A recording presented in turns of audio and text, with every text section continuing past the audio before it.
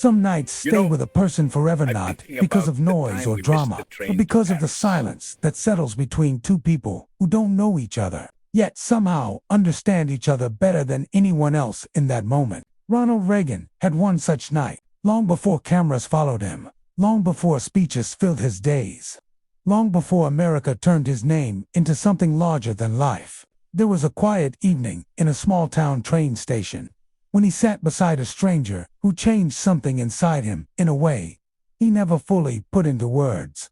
He rarely spoke about that night, not to friends, not to colleagues, not even to Nancy, for many years. It wasn't an event people would read about in history books. It wasn't captured in photographs or recorded in newspapers, but it lived deep inside him, a kind of private compass he returned to when the world felt too loud, or when he needed to remember the kind of man he wanted to be. It happened on an autumn evening in the late 1930s.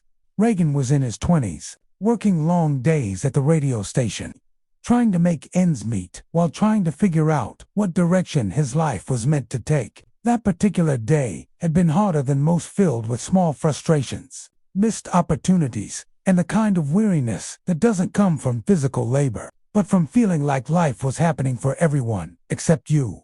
The sun had already set by the time he left work, and the cold night air wrapped around him as he walked toward the station. He planned to catch the late train home, hoping the quiet ride would give him time to clear his mind. The street lamps flickered softly, casting warm halos onto the pavement. Fallen leaves scraped across the ground like small murmurs of the season shifting.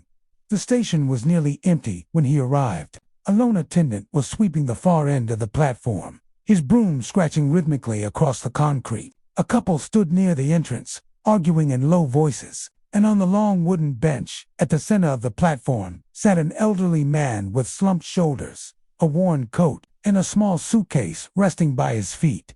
Reagan noticed him immediately, not because he was unusual, but because something about his stillness felt heavy, the kind of heaviness grief carries when it sits too long inside someone's bones. Reagan hesitated, unsure whether to approach or keep to himself. He wasn't looking for conversation. He wasn't looking to make a connection. He just wanted to sit quietly and let the night wash over him. But something tugged at him, a feeling, a whisper, a sense that the man shouldn't be sitting alone. So Reagan took a breath, walked forward, and sat at the opposite end of the bench, leaving a respectful amount of space between them. The old man didn't look up. He simply continued, staring at the tracks as though waiting for something that wasn't a train. For a long moment, they sat in silence. The lamps hummed softly above them. The distant whistle of another train drifted through the cool air. Reagan pulled his coat tighter, trying to shake off the lingering stress of the day. The old man finally spoke, voice low, rough, tired. "You missed yours too." Reagan turned slightly. "My train?" he asked. The man nodded, eyes still fixed on the rails. "Most folks who end up sitting here this late, they missed something." Reagan smiled softly. "I suppose I did. Missed a few things today. Actually." The man let out a faint, breathy laugh. "Ah, life. Always making us chase after it." Reagan didn't respond. He didn't know what to say, but the man's voice carried a warmth, a sadness, a heaviness that felt strangely familiar. After another quiet moment, the man spoke again. "You look like someone who's carrying too much on his mind." Reagan glanced down at his hands. "I guess that's true," he admitted. "Just one of those days." The man nodded. "One of those years," he said. Reagan turned fully toward him now, studying the deep lines on his face, the tired slump of his shoulders, the way his fingers tapped anxiously against the suitcase. There was a story there, one that hadn't been spoken aloud, perhaps in a very long time. "Are you headed somewhere tonight?" Reagan asked gently. "No," the man whispered. "Not tonight." Reagan waited, sensing there was more. "I come here most nights," the stranger continued, "just to sit." Reagan frowned slightly. "Why here?" The man finally looked at him for the first time. His eyes were watery, rimmed with red eyes that had seen too much, held too much. "Because this is where she left," he said quietly. Reagan's breath hitched. He didn't ask who she was. He didn't need to. The man looked back toward the tracks. 42 years ago, We said goodbye right on this platform. She had to leave town to care for her mother. I promised I'd follow a few months later." His voice cracked. "I never did." Reagan's chest tightened. "Why not?" The man swallowed hard. "Life got complicated. Jobs, bills, family things. Every time I meant to go, something else happened. And then one day, it was too late." Reagan felt the weight of those words settle between them. "Did she ever write to you?" he asked softly. "She did," the man whispered. "At first, then less, then not at all." He paused. "And I didn't write back enough." A trembling breath escaped him. The lamps above flickered gently. The station seemed to grow quieter. "For years," the man continued, "I told myself I'd send one more letter. Just one. A real one. Not a short one. Not a rushed one." He looked at his trembling hands. "Never did." Reagan's heart tightened. He thought of the drawer, of the letter that rested there, unsent, unread, unfinished. The man closed his eyes. "You ever lose someone and realize you never said the thing you thought you'd say someday?" Reagan looked at the ground, voice barely above a whisper. "Yes," he said, "I think I have." The stranger nodded, as though he had expected that answer. "Most folks do," he murmured. "We think we have more time than we do. But time, it doesn't ask, it just moves." Reagan stayed silent, letting the words sink in. The man wasn't lecturing. He wasn't seeking sympathy. He was simply speaking aloud the truth he had carried too long.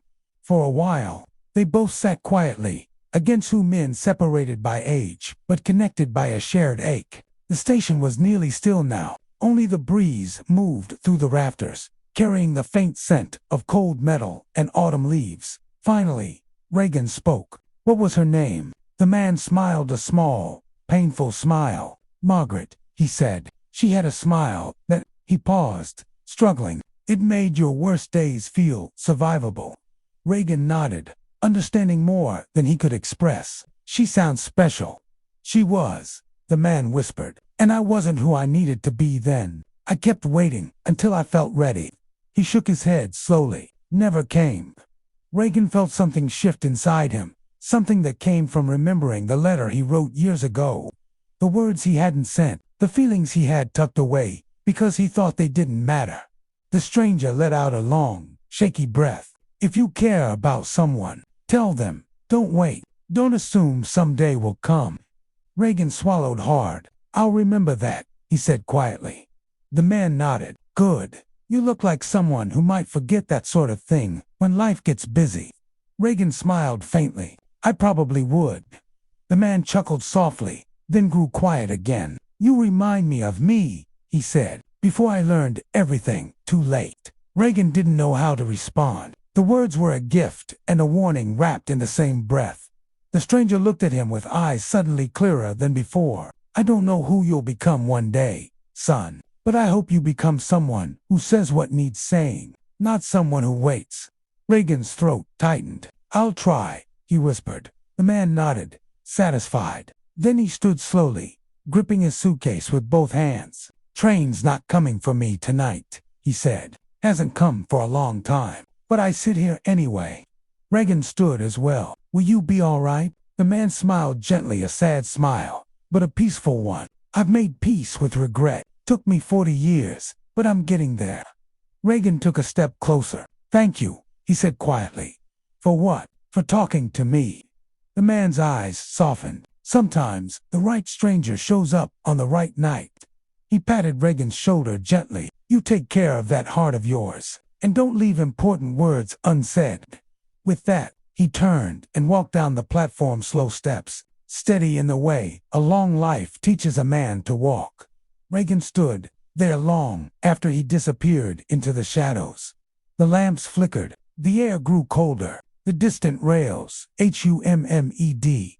And Reagan, with a tightness in his chest he couldn't name, whispered to no one, "I won't forget." He didn't. He never did. That night, as he boarded his train, he carried with him something quiet, something powerful, something that would surface years later in unexpected moments whenever he felt life pulling him too fast. A stranger's regret, a stranger's wisdom, a stranger's reminder to speak to things that matter. What he didn't know yet was how that encounter would come back to him decades later, and how he would one day share part of the story with Nancy, and why he paused before finishing the rest of the story. The revelation of who that stranger truly was. And the moment Reagan discovered the truth years later, Ronald Reagan never forgot the stranger from the train station. Not his voice, not his weary posture, not the sadness that hung in his eyes like a storm that never fully cleared. Even as the years passed and life pulled him into new traveling, meeting people from every corner of the country, Reagan carried the memory of that night like a small stone in his pocket. Not heavy, not painful, but always present. A reminder. A reminder that regret can grow roots. A reminder that unspoken words become ghosts. A reminder that even a brief encounter can echo through a lifetime. He didn't talk about the stranger. Didn't write his story down. Didn't turn the moment into some dramatic reflection. He simply kept it tucked away, letting it shape him quietly, guiding him through decisions, big and small. It wasn't until many years later, long after he met Nancy, long after he had begun his journey into public life, that the memory surfaced in a way he never expected. He and Nancy were sitting on their porch one evening, the sky turning soft shades of rose and lavender, the sound of crickets rising in a steady chorus. Reagan had been unusually quiet that day, lost in thought, drifting through old memories the way clouds drift through summer air. Nancy noticed instantly. She always did. "You're far away tonight," she said gently, leaning her head against his shoulder. Reagan smiled softly, just thinking about something from a long time ago. Good memories or hard ones? He hesitated. "Both, I suppose." She waited, knowing he would speak when he was ready. Finally, he took a slow breath. "I once sat with a stranger on a cold night at a train station.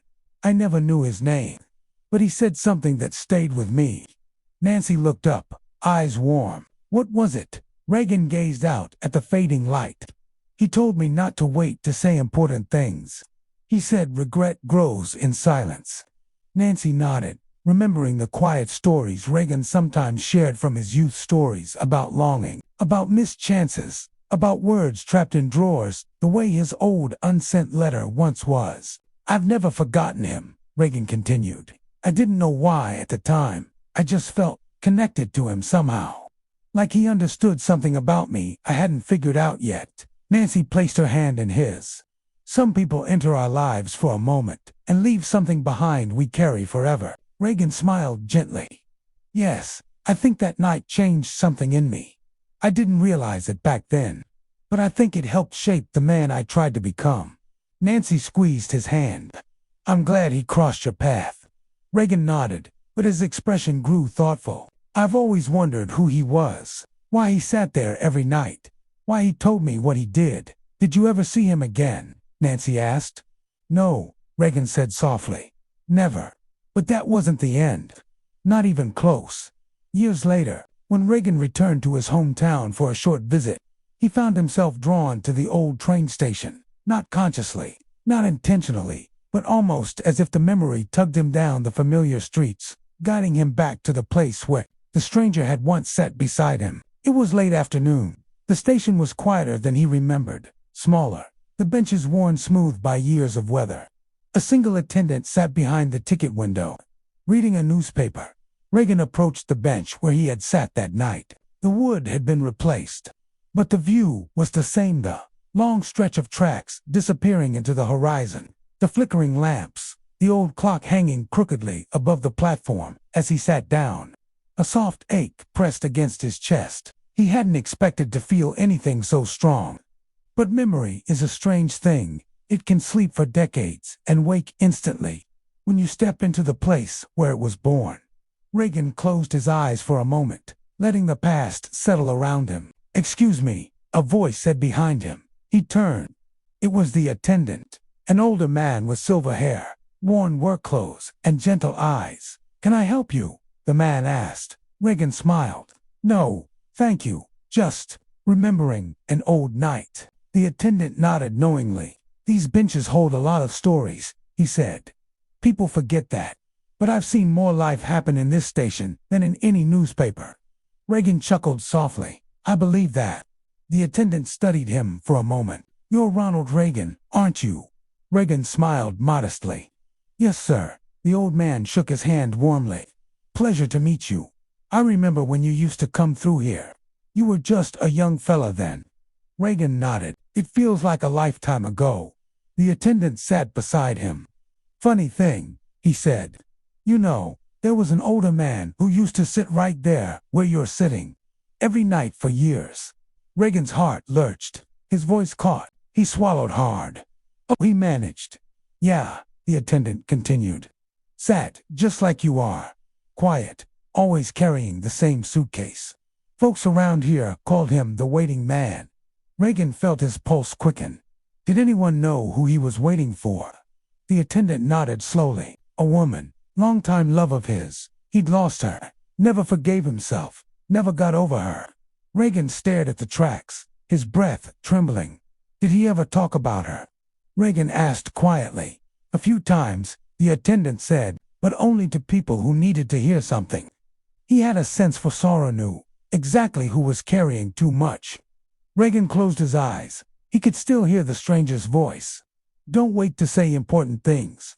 Time doesn't ask, the attendant continued, unaware of the storm building inside Reagan's chest. He died about 10 years ago. The man said softly. Heart just gave out. They found his suitcase beside him. Inside was a stack of letters, all written to the same woman, never mailed.